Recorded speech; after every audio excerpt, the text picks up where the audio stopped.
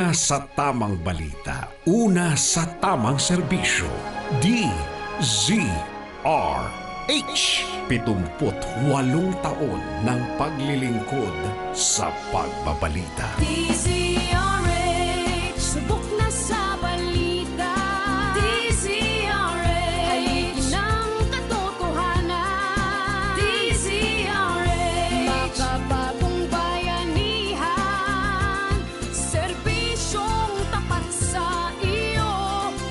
DZRH. Miyembro ng KBP, Kapisanan ng mga Broadcaster ng Pilipinas. MBC Network News, broadcasting nationwide, worldwide, and netwide. From MBC Manila Broadcasting Company in Pasay City, ito ang MBC Network News. Sa headlines ng MBC Network News.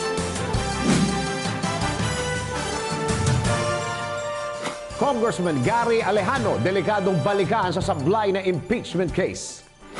Dating DOTC Secretary June Abaya, dinikdik sa mga kapalpakan sa MRT-3. Toll fee sa North Luzon Expressway, nanganganib tumaas. Sa trending news, trending dahil sa 10 piso, si Q, kinuyog at pinagbubugbog ng grupo ng anak ng dating opisyal ng isang subdivision.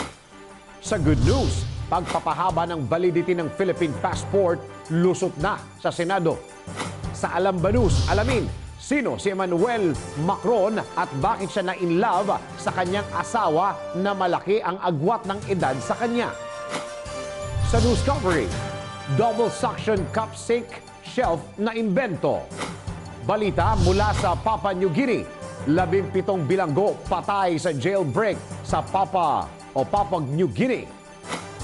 Sa Game Now, Pinoy Aquaman, matagumpay na nalangoy ang Hudson River sa New York. Showbiz, Jed Madela, nakatakdang magsampa ng kaso labang sa isang online showbiz website. Angel Oxing, umamin na sa estado ng kanyang love life.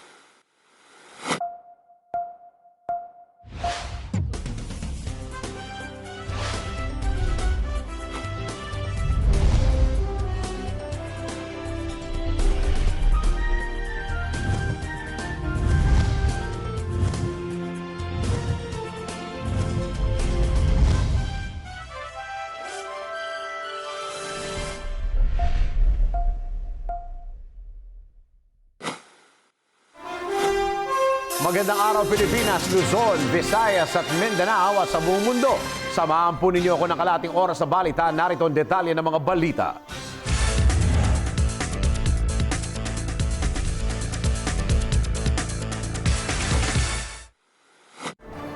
Paalala, huwag mag-power tripping. Kung hindi ay pambabash at mura ang inyong matatanggap mula sa mga netizen na makakakita po sa inyo. Tulad na lamang ng video na tampok sa ating TNV kung saan isang nagtatrabaho lamang na sikyo ang pinagtulungang bugbugin ng grupo ng umano'y anak ng dating opisyal ng isang subdivision. Ano nga bang dahilan nito? Panoorin nating mabuti ang ihatid sa ating report ni RH44 Viet Dacles.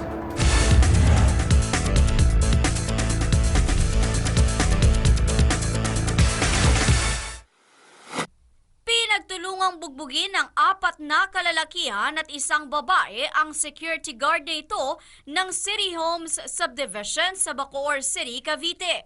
Sa video na kuha ng CCTV camera ng Barangay Molino Phase 4, makikita ang paglapit ng lalaking nakaputing t-shirt at isang babae na kapwa sakay ng nakatigil na puting L300 patungo sa guard post upang makipag-usap sa naturang sikyo na sinundan ng isang lalaki na naka-basketball shorts na kulay blue na tila kilala ng dalawa. Noong una ay tila maayos naman na nakikipag-usap ang mga sibilyan hanggang sa humantong sa panunugod at panununtok sa sikyo ng lalaking nakaputi. Bagamat bahagyang nakatakbo palayo ang sikyo, nahabol pa rin ito ng 3 hanggang sa tuluyang natumba sa simento at pinagtulungan ng bugbugin, kung saan 2 pa sa mga kasamahan ng grupo ay nakisali na rin sa kaguluhan. Natigil na lamang ang pambubugbog ng mga ito nang dumating ang isang concerned citizen upang pumagitna sa nagaganap na kaguluhan. Napag-alaman na nag-ugat lamang ang pambubugbog sa Sekyo nang tumanggi itong papasukin ang naturang grupo sa subdivision dahil wala umanong car sticker ang sasakyang dala ng mga ito na nagkakahalaga lamang ng 10 piso. Samantala, isa umano sa grupo ay anak ng dating board of director ng naturang subdivision na kinilalang si Baby Batallones. Para sa MBC Network News, RH44, Vien Dacles, naglilingkod sa pagbabalita.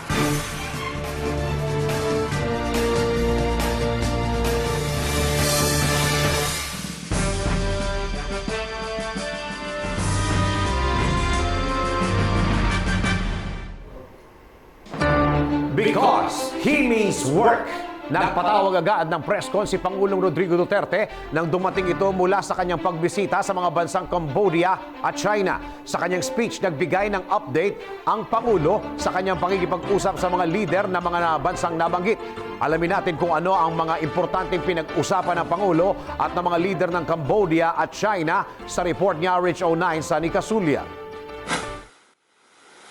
Nagpatawag ng napakaagang press con ang Pangulong Rodrigo Duterte sa Davao pagkalapag ng eroplanong sinakyan nito galing sa kanyang pagbisita sa mga bansang Cambodia at China at nagkaroon din umano siya ng working visit sa Hong Kong. Ayon sa Pangulo, bumalik umano siya na may paniniwalang ang kinabukasan ng Pilipinas ay nasa pakikipagtulungan ng mga bansa sa ASEAN at sa Asia. Sinabi pa ng Pangulo na naging sentro ng kanyang pakikipag-usap sa mga lider ng bansang kanyang pinuntahan ang mutual na pakikipagtulungan lalo na pagdating sa mga proyektong infrastruktura. Working with them, we can narrow the development gap. I spoke of the opportunities for mutually beneficial partnership, especially in the Philippines Infrastructure Development Program. With Build, I invited the stakeholders to take part in what is the largest effort to date to modernize the integrated Philippine infrastructure. And the message resonated particularly our commitment to provide the enabling environment of business to thrive where criminality is addressed, corruption is curbed, and contractual obligations are complied. Nangako rin ang Pangulo na bago matapos ang buwan ng Mayo ay makikipag-usap na siya tungkol sa issue ng South China Sea. We look forward to the inaugural meeting of the bilateral consultation mechanism on the South China Sea later this month. This is one step forward in peacefully managing disputes. Samantala, muling nangako si Pangulong Digong na gagawin niya ang lahat para maging progresibo ang bansa. As your president, my mandate is not only to build infrastructure, but it is to build a strong and progressive nation. I will remain faithful and committed to this solemn vow. Si Pangulong Rodrigo Duterte sa kanyang press conference sa Davao. RH9, Sunny Casulia, naglilingkod sa pagbabalita.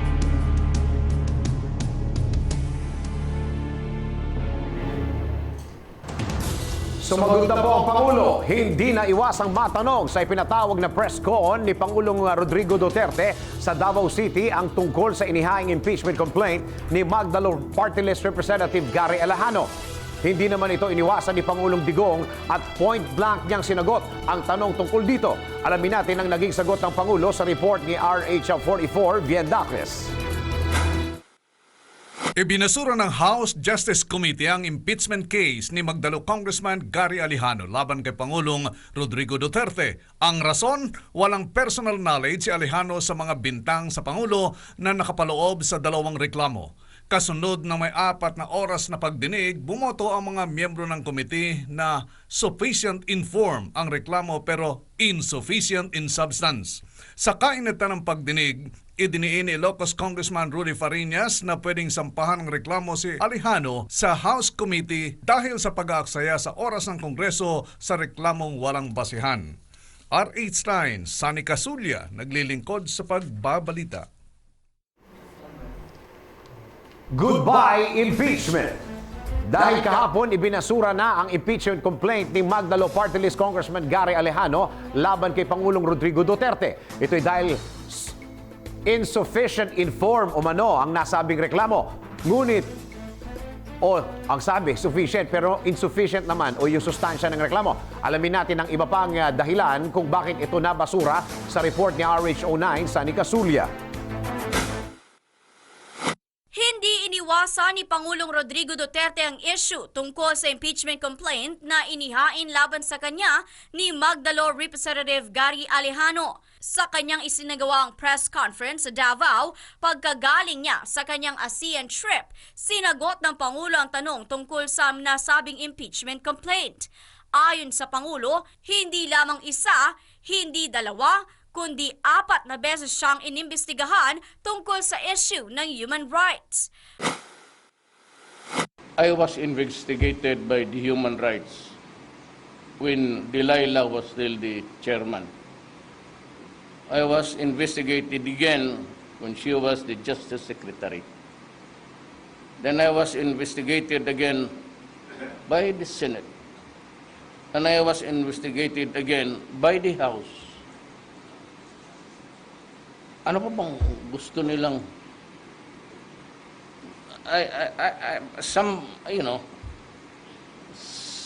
some guys are being taken for a ride 1,000 times over. Totoo yan, may namatay anak ng meeting. Ano pa namang gira na sa droga na walang namatay. Pero not in the character and kind that was dished out. Yun ang mag-utos ng gano'n, pati bata, kalukuhan. Kilala man ninyo ako. Maging ang balak ni Alejano na dalhin ang nasabing kaso sa International Criminal Court or ICC ay sinagot din ng Pangulo. He's free to do it. This is a democracy. O gano'n rin. Para sa MBC Network News, RH44, Vien Daclas, naglilingkod sa pagbabalita. Samantala, tanggap po tayo ng isang report. Inihaing impeachment complaint laban kay Pangulong Duterte agad na ibinasura. Magbabalita si RH14, Let Narciso Abinales.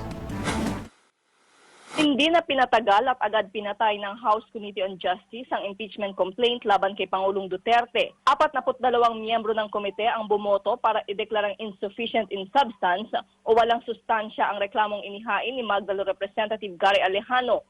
Pinuna ng mga kongresista ang kawalan ng personal knowledge ni Alejano sa mga alegasyon nito laban sa Pangulo, kaya naman maituturing daw na base lamang sa hearsay. Kabilang sa grounds ng complaint ang culpable violation of the Constitution, betrayal of public trust, corruption at high crimes. Dahil sa pagkakabasura sa reklamo, hindi na maaaring maghain ng panibagong impeachment laban sa Pangulo sa loob ng 1 taon. Masama naman ang loob ni Alejano sa anyay naganap na railroading sa proseso ng impeachment complaint. Kasunod dito pinag-aaralan ng mambabatas na dalhin ang kaso laban kay Pangulong Duterte sa International Criminal Court. Yan ang DCRH News, Let Narciso Abinales, RH14, naglilingkod sa pagbabalita.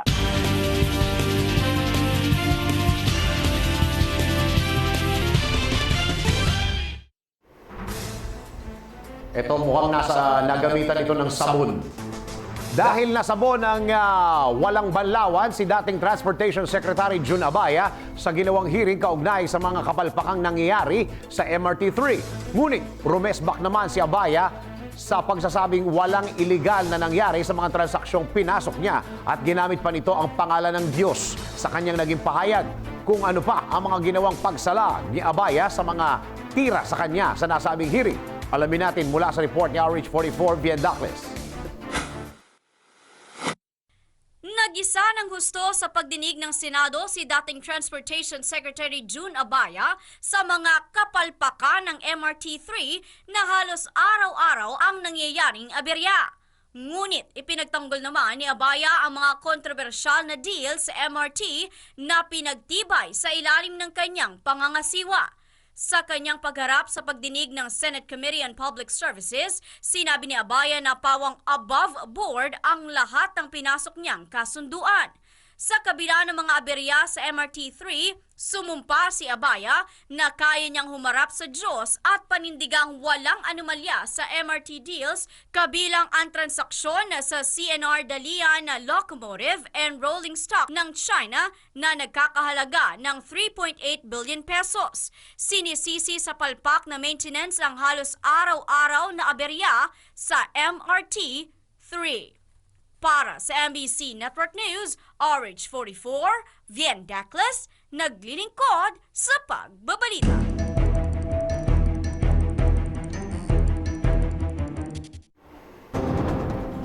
Para sa mga bumibiyahe at sa mga mananakay, tulad ng inaasahan, tataas na naman ang presyo ng mga produktong petrolyo sa merkado. Kung magkano ang itinaas nito, alamin natin sa report ni RH09 sa Nicasulia. Nagpatupad ng oil price increase ang mga kumpanya ng langis ngayong Miyerkules.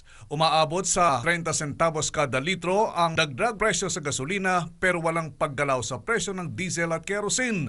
Kabilang sa nagtaas ng presyo ang PTT Philippines, Flying Bee Pilipinas Shell, Petron Corporation, Eastern Petroleum, Sea Oil Philippines at Total. Bunga ito ng pagtaas ng presyo ng krudo sa world market kasunod ng ipinatupad na production cut ng OPEC at non-OPEC countries. RH9, Sunny Casulia, naglilingkod sa pagbabalita.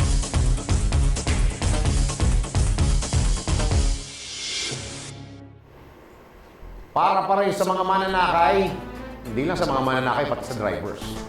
Masamang balita na naman, ito'y matapos ang aasang pagtaas sa mga produktong petrolyo, toll fee naman ang susunod. Saan ito? At bakit nga ba tataas na naman ang toll fee? Alamin natin sa report. Nagbabalik si RH44, Vien Dacles. Nanganganib tumaas ang toll fee sa North Luzon Expressway. Ito'y kung aaprubahan ng Toll Regulatory Board ang hirit ng NLEX na dagdag singil sa 27 centavos kada kilometro sa closed system o mula Bukawi hanggang Dao sa Santa Ines. Dahil dito, ang dating 218 pesos na bayad mula Bukawi hanggang Santa Ines ay magiging 238 na kapag naaprubahan ang taas toll fee. Paliwanag ng Manila North Tollways Corporation, kailangang bawiin nila ang 2.9 billion pesos na gastos sa ipinagawang mahigit 50 kilometrong bagong lane mula Santa Rita hanggang San Fernando at pabalik. Bukod pa rito, ang 8 kilometrong bagong lane mula Balem hanggang Mabalacat, Pampanga. Para sa MBC Network News, RH44, Vien Dacles, naglilingkod sa pagbabalita. Sa mga nag-i-internet dyan, cyberspace sa Pilipinas ligtas na sa WannaCry ransomware virus. Ligtas na. Alamin natin ang balita mula kay 28 Raymond Paz. Ligtas pa sa ngayon ang industriya ng information technology sa bansa sa pag-atake ng tinawag na WannaCry ransomware virus. Ang WannaCry ransomware ay uri ng computer virus na umatake at pumaralisa sa iba't ibang bansa, partikular na sa Europa. Ayon kay Police Superintendent J. Guillermo ng PNP Anti-Cybercrime Group, sa ngayon ay wala pa silang natatanggap na reklamo hinggil dito. Ganun pa man ay pinayuhan ni Guillermo ang publiko na gumagamit ng internet na huwag magda-download o magbubukas ng mga files na kaduda-duda o hindi sigurado ang laman. Batay sa report, umatake ang WannaCry ransomware sa 150 mga bansa.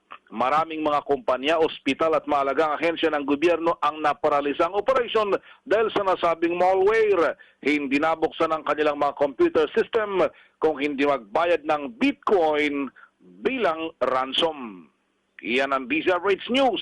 Raymond Adpa, Saris 28, naglilingkod sa pagbabalita. Samantala, tanggap tayo ng isang live report pagbabawal sa paggamit ng cellphone habang nagmamaneho. Sisimulan nang ipatupad. This week ito. 2-4, Edmar Estabilio magbabalita ng live. Edmar? Edmar, go.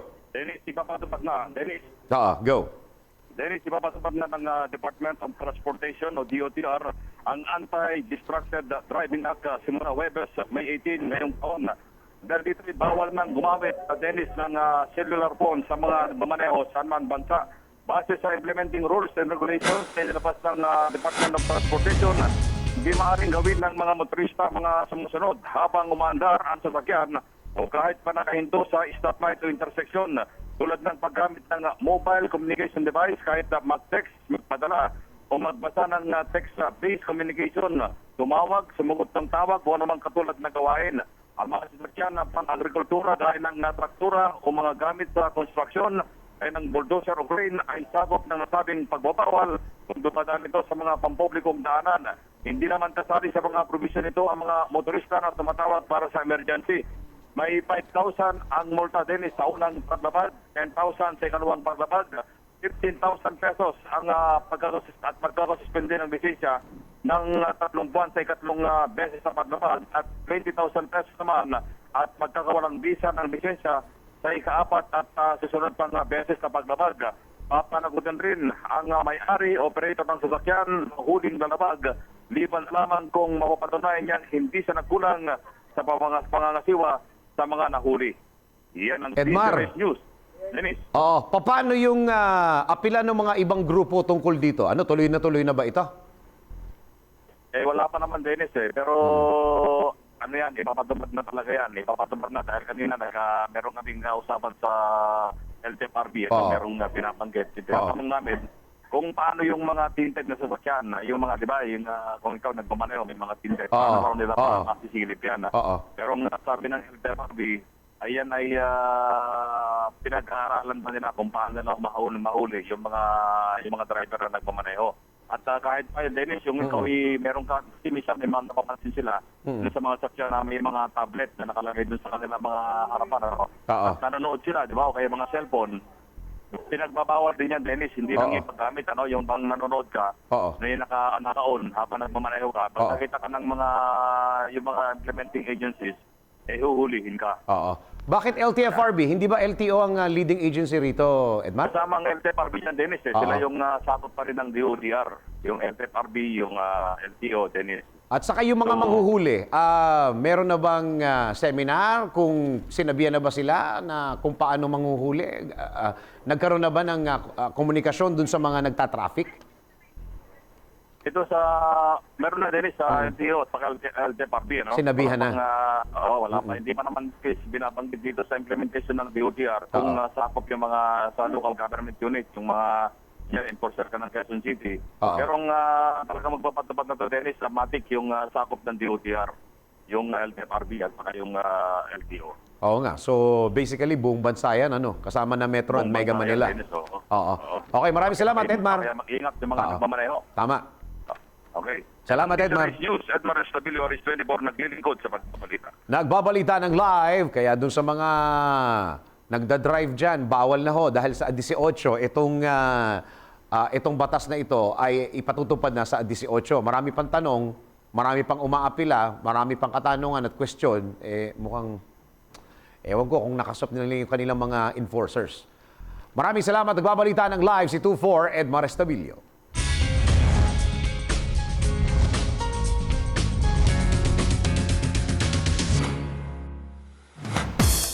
Sa ating balitang showbiz naman, pinag-iisipan ngayon ni Jed Madela ang pagsasampa ng kaso sa isang online showbiz website matapos nabigyan ito ng mali siya ang picture nilang dalawa ng skater na si Michael Martinez. Agad na ini-screenshot ni Jed ang headline ng nasabing online showbiz website upang mapag-aralan kung ano ang legal action na maaaring isampa dito. Alamin natin ang buong detalye mula kay RH43 si Rahi.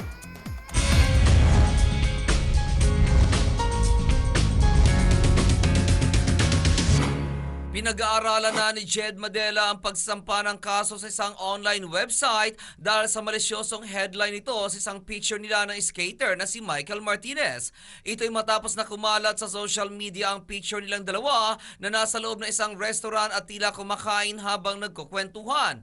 Dito na binigyan ng mali siya ng iba ang nasabing picture kung saan pinick up naman ito ng online showbiz website na Entertainment Uptake. Ang iba pang detalye tungkol sa balitang yan mamayang alas 12 ng tanghali sa aking STL, Showbiz Chismis Live. At yan aking balita, ako naman si RH43 Rocky ang inyong kaliga sa mundo ng showbiz.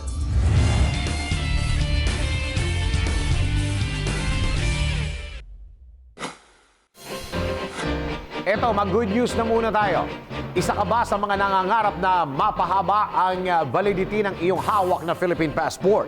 At isa ka ba sa mga nagnanais na makaiwas sa sobrang haba ng pila para mag-apply dito kada 5 taon? Aba, magandang balita dahil we're just one step away para matupad ito. Paano?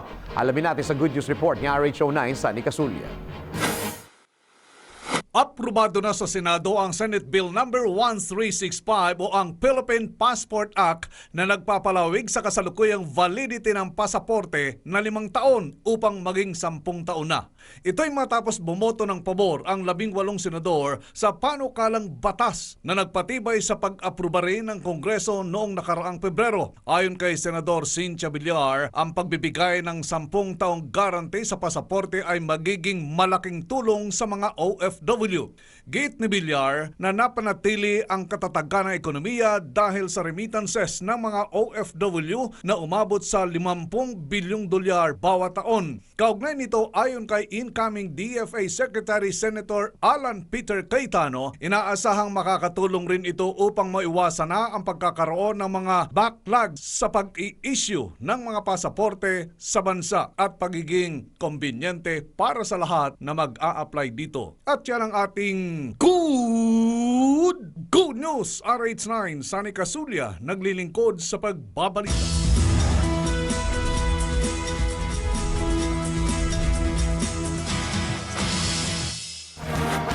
Isa po ito sa mga mainit na balita ngayon.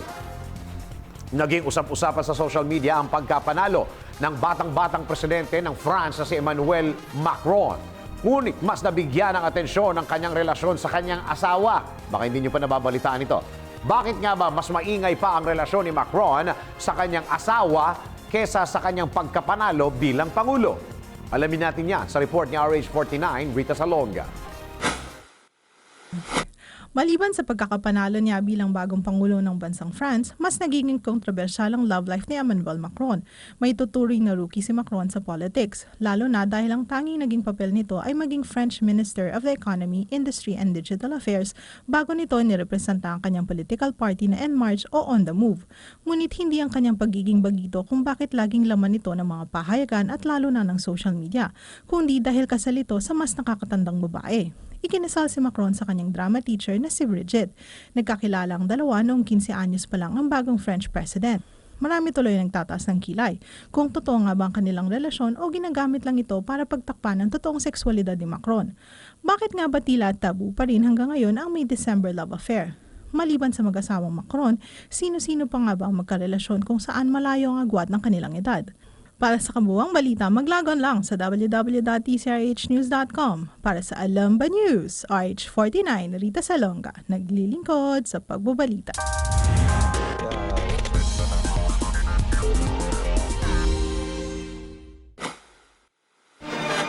Para sa mga misis, nasisira na ba ang budget mo dahil sa kakabili mo ng sabon na laging natutunaw dahil nabababad ito sa soap dish na mayroong tubig? Isang bagay na imbento na tiyak na makakatulong sa iyo ng malaki dahil sa nagawa nitong pahabain ang buhay ng iyong sabon sa katawan. Kung ano ito, alamin natin sa report ni RH44, Vien Dacles. Mabilis bang matunaw ang inyong sabon dahil laging basa ang lalagyan? Pinamamahayan ba ng germs ang inyong sponge dahil lagi itong basa? Magiging matiwasay na ang buhay mo dahil may sagot na sa problema nyo at makakatipid na kayo ng malaki. Ito'y dahil available na sa market ang Double Suction Cup Sink Shelf. Isang klase ng sink shelf na pinananatiling tuyo ang iyong mga sabon kung kaya't hindi na ito malulusaw matapos ninyo itong gamitin. Hindi na rin kayo magpapalit-palit ng sponge dahil lagi na itong tuyo kung kaya't hindi na ito agad pamamahayan ng mga germs. Ang double suction cup sink shelf ay gawa sa high-quality rubbers and ABS plastic kung kaya't hindi ito basta-basta masisira. May dalawa itong suckers na madaling i-attach sa smooth surface ng ceramic, glass, or stainless steel wall. It also comes in different colors na babagay sa inyong taste. At yan ang ating news cabaret, Average 44, Vien Dacles, naglilingkod sa pagbabalita.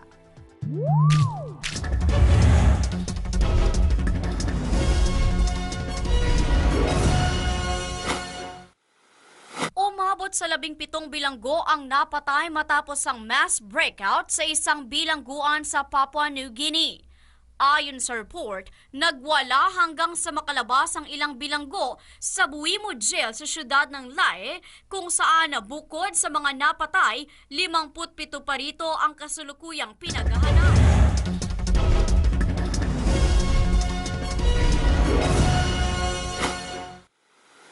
Isang Pinoy ang nagpakita ng tibay at lakas ng katawan matapos na matagumpay na malangoy nito ang Hudson River sa New York. Walang tigil na nilangoy ni Attorney Enjimar Macarin ang nasabing ilog kung sana'y nagsimula siya sa Newburgh Beacon Bridge hanggang sa marating nito ang Bannerman Island. Natapos ni Macarin ang kanyang misyon sa loob ng 1 hour, 49 minutes sa 8.4 kilometers na layo ng nasabing ilog.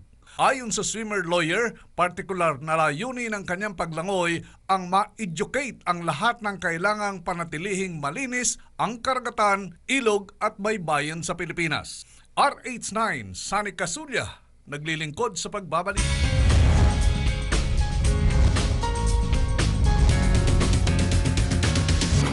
Inamin ni Angel Locsin na tumitibok-tibok na muli ang kanyang puso matapos na maghiwalay silang dalawa na actor TV host na si Luis Manzano. Sa isang interview sa actress, sinabi nito na nakikipag-date siya at kasisimula pa lamang umano ng kanyang pakikipag-date. Ngunit nakiusap si Angel na huwag na munang pangunahan ang kanyang love life ngayon, lalo na at masaya umano ang kanyang puso ngayon. Ang iba pang detalye tungkol sa balitang yan mamaya alas 12 ng tanghali sa aking STL, Showbiz Chismis Live. At yan aking balita. Ako naman si RH43 Rocky, ang inyong kaliga sa mundo ng showbiz.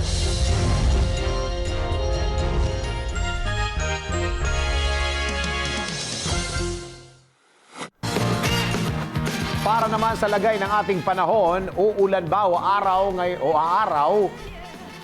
ngayong maghapon, lalo na't merong thunderstorms tayong aasahan ayon sa Pag-asa. Alamin ang latest weather situation sa buong kapuluan. Iatid sa atin yan ni Desiree Jonyo, straight from Panahon TV. Magandang araw Pilipinas. Bukod sa mga panlinis na inihanda para sa Brigada Eskwela ngayong Martes, huwag kalilimutan magdala ng inuming tubig at iba pang panangga sa mainit na panahon. Narito ang forecast ng Pag-asa. Kung nitong mga nakalipas na araw, mga pag-ulan ang umiral sa malaking bahagi ng Mindanao, ngayong Martes ay inaasahan na ang pagbuti ng panahon. Ayon sa Pag-asa, easterlies o warm and humid air mula sa Dagat Pasipiko ang nakaapekto sa nasabing rehiyon. Maaliwalas ang panahon sa Mindanao maliban na lamang sa may hinahanggang sa katamtamang mga pag-ulan sa Davao Region. Sa Luzon at Visayas, mainit at maalinsangan pa rin sa maghapon pero paghandaan pa rin ang mga posibilidad ng mga pulupulong pag-ulan o pagkidlat at paghulog lalo na sa latter part of the day.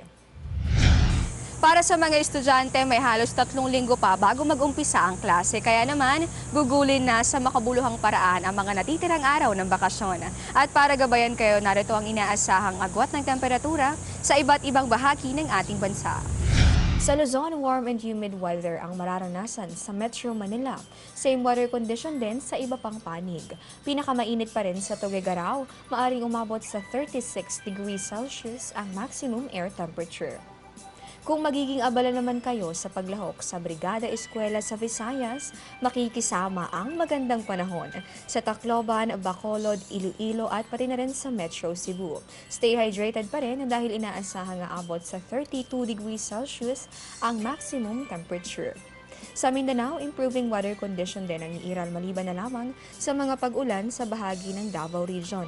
Agwat ng temperatura 25 hanggang sa 33 degrees Celsius. Yan ang latest mula rito sa Quezon City. Ito po ang Panahon TV kung saan walang pinipiling panahon ang pagbibigay impormasyon. Ako po si Desiree Jonio. Magandang araw, back to studio. Ang bahaging ito ay hatid sa inyo ng Air 21. Sagot ko, padala mo.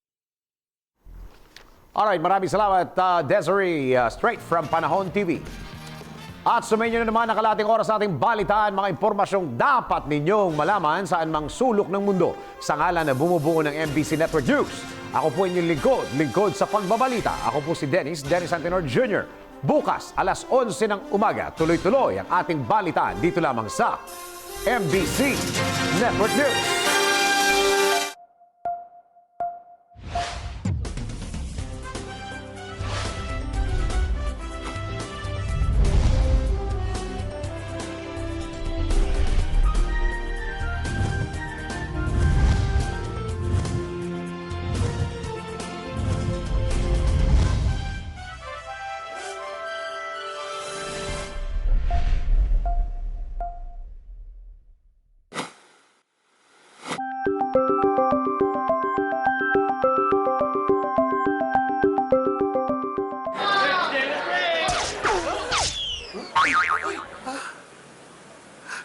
Okay lang, Starbucks yan.